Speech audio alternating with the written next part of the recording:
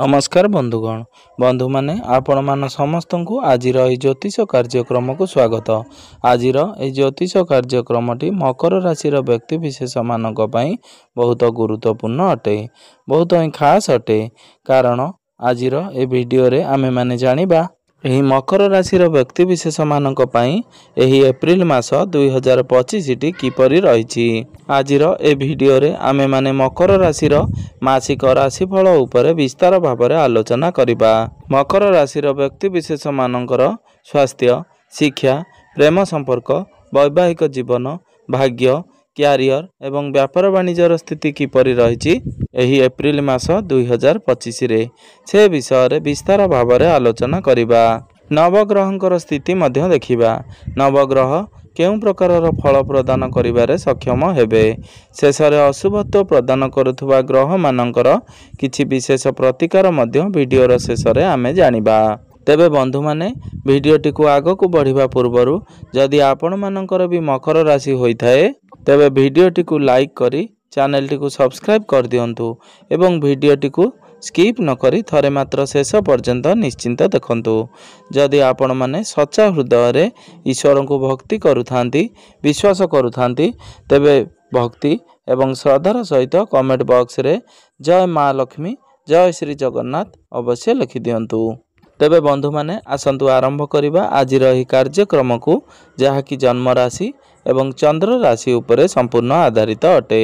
तो राशि चक्रर 12 गोटी राशि मध्यरु 10 नंबर राशि होची मकर राशि एवं आपणकर राशिर राश्याधिपति हेउचंती शनिदेव।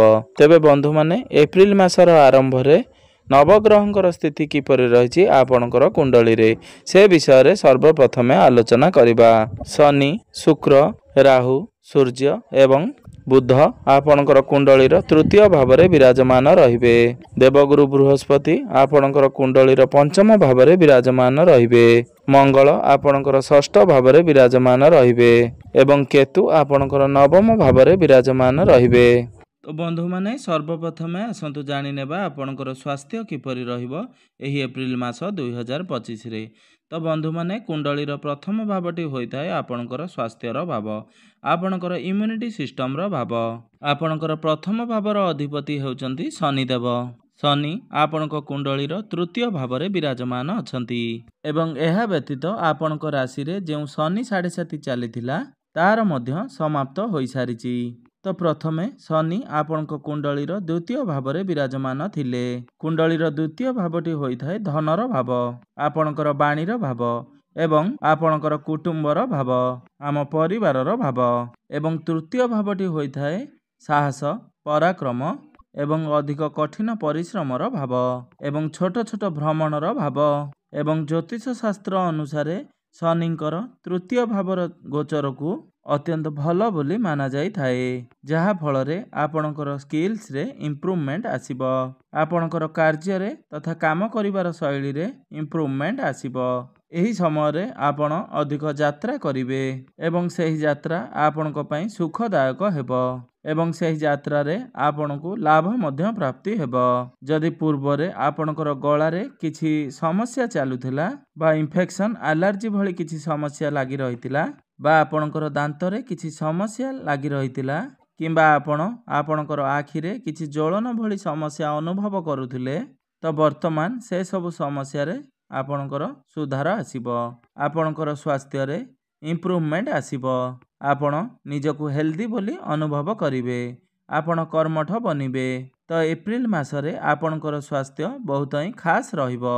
एही एप्रिल मासरे आपणकर स्वास्थ्यगत समस्या कोनोसी भी देखा जाऊ नाही।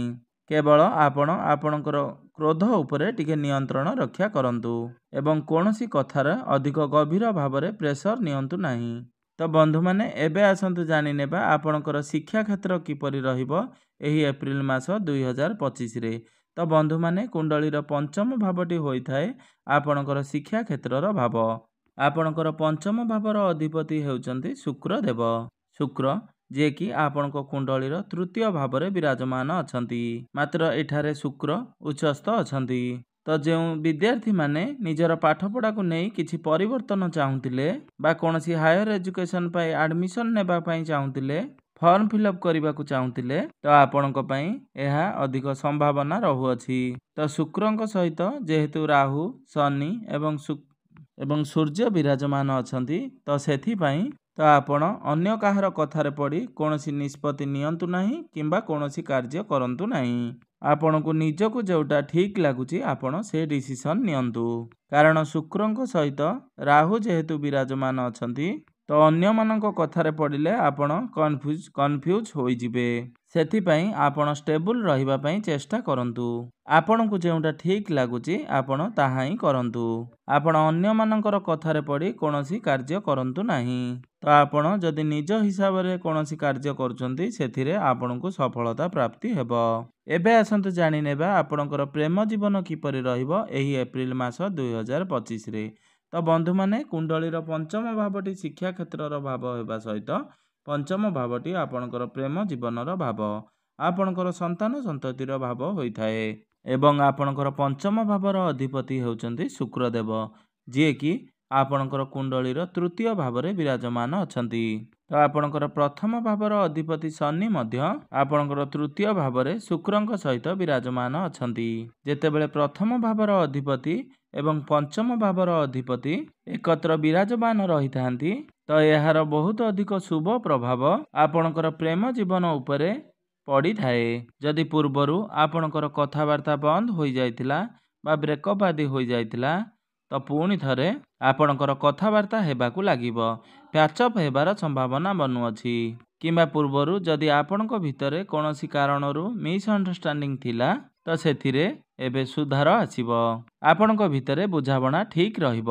ମାତ୍ର ବର୍ତ୍ତମାନ ଶୁକ୍ର ଏବଂ ଶନିଙ୍କ ସହିତ ରାହୁ ଆପଣଙ୍କର କୁଣ୍ଡଳୀର ତୃତୀୟ ଭାବରେ ବିରାଜମାନ ଅଛନ୍ତି।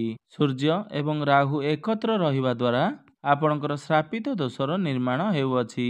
ସେଥିପାଇଁ ଆପଣ ପଛ କଥାକୁ ପୁନର୍ବାର ଦୋହରାନ୍ତୁ ନାହିଁ କିମ୍ବା କୌଣସି ଥାର୍ଡ ପର୍ସନ ଆପଣଙ୍କର ଲଭ୍ ଲାଇଫ୍ରେ ପୁରାନ୍ତୁ ନାହିଁ। ଶୁକ୍ର ଏବଂ ଶନି ଏକତ୍ର ଥିବା ହେତୁ ଆପଣଙ୍କର ଲଭ୍ ଲାଇଫ୍ ବହୁତ ଖାସ୍ ରହିବ। ତ ବନ୍ଧୁମାନେ, ଏବେ ଆସନ୍ତୁ ଜାଣିନେବା ଆପଣଙ୍କର ବୈବାହିକ ଜୀବନ କିପରି ରହିବ ଏହି ଏପ୍ରିଲ ମାସ 2025ରେ। ତ ବନ୍ଧୁମାନେ, କୁଣ୍ଡଳୀର ସପ୍ତମ ଭାବଟି ହୋଇଥାଏ ଆପଣଙ୍କର ବୈବାହିକ ଜୀବନର ଭାବ, ଆପଣଙ୍କର ଜୀବନ ସାଥୀଙ୍କର ଭାବ। ଆପଣଙ୍କର ସପ୍ତମ ଭାବର ଅଧିପତି ହେଉଛନ୍ତି ଚନ୍ଦ୍ରମା। ଚନ୍ଦ୍ରମା ଯିଏକି ପ୍ରତି 2 ଦିନରେ ଥରେ ନିଜର ରାଶି ପରିବର୍ତ୍ତନ କରିଥାନ୍ତି। ଆପଣଙ୍କର ପ୍ରଥମ ଭାବର ଅଧିପତି ଶନି ଆପଣଙ୍କର ତୃତୀୟ ଭାବରେ ବିରାଜମାନ ଅଛନ୍ତି। ତ ଆପଣଙ୍କୁ ଏସବୁ ପ୍ରତି ବିଶେଷ ଧ୍ୟାନ ରଖିବାର ଅଛି ଯେ ଆପଣଙ୍କର ଜୀବନସାଥୀ କୌଣସି କ୍ଷେତ୍ରରେ ତରବରିଆ ହୋଇ କୌଣସି ନିଷ୍ପତ୍ତି ନିଅନ୍ତୁ ନାହିଁ କିମ୍ବା କୌଣସି କାର୍ଯ୍ୟ କରନ୍ତୁ ନାହିଁ। ନିଜ ଭିତରେ ଯେପରି ପେସେନ୍ସ ରକ୍ଷା କରନ୍ତି। ତ ଆପଣଙ୍କ ମଧ୍ୟରେ ଏହି ଏପ୍ରିଲ ମାସରେ କିଛି ଛୋଟ ମୋଟ ଯୁକ୍ତିତର୍କ ହୋଇପାରେ। ଆପଣଙ୍କ ମଧ୍ୟରେ କଳି ଝଗଡ଼ା ଭଳି ସମସ୍ୟା ବା ବାଦ ବିବାଦ ଭଳି ସମସ୍ୟା ଉପୁଜିପାରେ। ଏହା କେବଳ ଆପଣଙ୍କର ଜୀବନସାଥୀଙ୍କର ଧୈର୍ଯ୍ୟରେ କମ୍ ଦେଖାଦେବା, ସେଥିପାଇଁ ଆପଣଙ୍କ ଭିତରେ ଏସବୁ ସମସ୍ୟା ସୃଷ୍ଟି ହେବ। ଆପଣଙ୍କ ଜୀବନସାଥୀଙ୍କର ମଧ୍ୟରେ ଧୈର୍ଯ୍ୟର ହାନି ଏବଂ ଆପଣଙ୍କ ମଧ୍ୟରେ କ୍ରୋଧ ହିଁ ଏସବୁର ମୂଳ କାରଣ। ତ ଆପଣଙ୍କୁ ଆପଣଙ୍କର କ୍ରୋଧ ଉପରେ ଟିକେ ନିୟନ୍ତ୍ରଣ ରକ୍ଷା କରିବାର ଅଛି। ଏବେ ଆସନ୍ତୁ ଜାଣିନେବା ସବୁଠାରୁ ଗୁରୁତ୍ୱପୂର୍ଣ୍ଣ ବିଷୟବସ୍ତୁ ଆପଣଙ୍କର ଭାଗ୍ୟ, କ୍ୟାରିୟର ଏବଂ ବ୍ୟାପାର ବାଣିଜ୍ୟର ସ୍ଥିତି କିପରି ରହିଛି ଏହି ଏପ୍ରିଲ ମାସ 2025ରେ। ତ ବନ୍ଧୁମାନେ, କୁଣ୍ଡଳୀର ନବମ ଭାବଟି ହୋଇଥାଏ ଆପଣଙ୍କର ଭାଗ୍ୟର ଭାବ, ଆପଣଙ୍କର ଦଶମ ଭାବଟି ହୋଇଥାଏ କାର୍ଯ୍ୟକ୍ଷେତ୍ର ତଥା କ୍ୟାରିୟରର ଭାବ ଏବଂ କୁଣ୍ଡଳୀର ସପ୍ତମ ଭାବଟି ହୋଇଥାଏ ଆପଣଙ୍କର ବ୍ୟାପାର ବାଣିଜ୍ୟର ଭାବ। ତ ଆପଣଙ୍କର ନବମ ଭାବର ତଥା ଭାଗ୍ୟ ଭାବର ଅଧିପତି ହେଉଛନ୍ତି ବୁଧ ଦେବ। ତ ବୁଧ ଆପଣଙ୍କର କୁଣ୍ଡଳୀର ତୃତୀୟ ଭାବରେ ରହି ଆପଣଙ୍କର ନବମ ଭାବ ତଥା ଭାଗ୍ୟ ଭାବକୁ ଦୃଷ୍ଟି ଦେଉଛନ୍ତି। ତ ବନ୍ଧୁମାନେ, ଆପଣଙ୍କର ଭାଗ୍ୟ ଭାବ ଉପରକୁ 5ଟି ଗ୍ରହଙ୍କର ଦୃଷ୍ଟି ରହୁଅଛି। ତ ବନ୍ଧୁମାନେ, ସବୁଠାରୁ ଖୁସିର ବା ଗୁରୁତ୍ୱପୂର୍ଣ୍ଣ କଥା ହେଉଛି ଆପଣଙ୍କ ରାଶିରୁ ଶନି 7.5ର ସମାପ୍ତି ହୋଇସାରିଛି।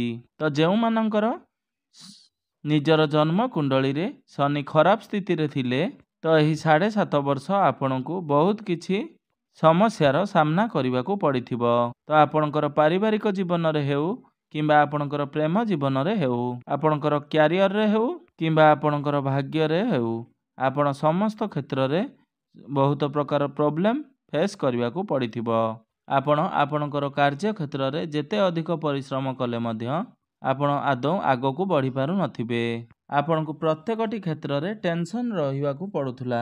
ଆପଣ କୋର୍ଟ କଚେରୀ ମାମଲାରେ ମଧ୍ୟ ପୂର୍ବରୁ ଫସି ଯାଇଥିଲେ। ତ ବର୍ତ୍ତମାନ ସେଥିରୁ ଆପଣ ଧୀରେ ଧୀରେ ବାହାରି ଆସିବେ। ତ ଏହି ଏପ୍ରିଲ ମାସରେ ଆପଣଙ୍କୁ ଆପଣଙ୍କର ଭାଗ୍ୟର ସମ୍ପୂର୍ଣ୍ଣ ସାଥ ମିଳିବ।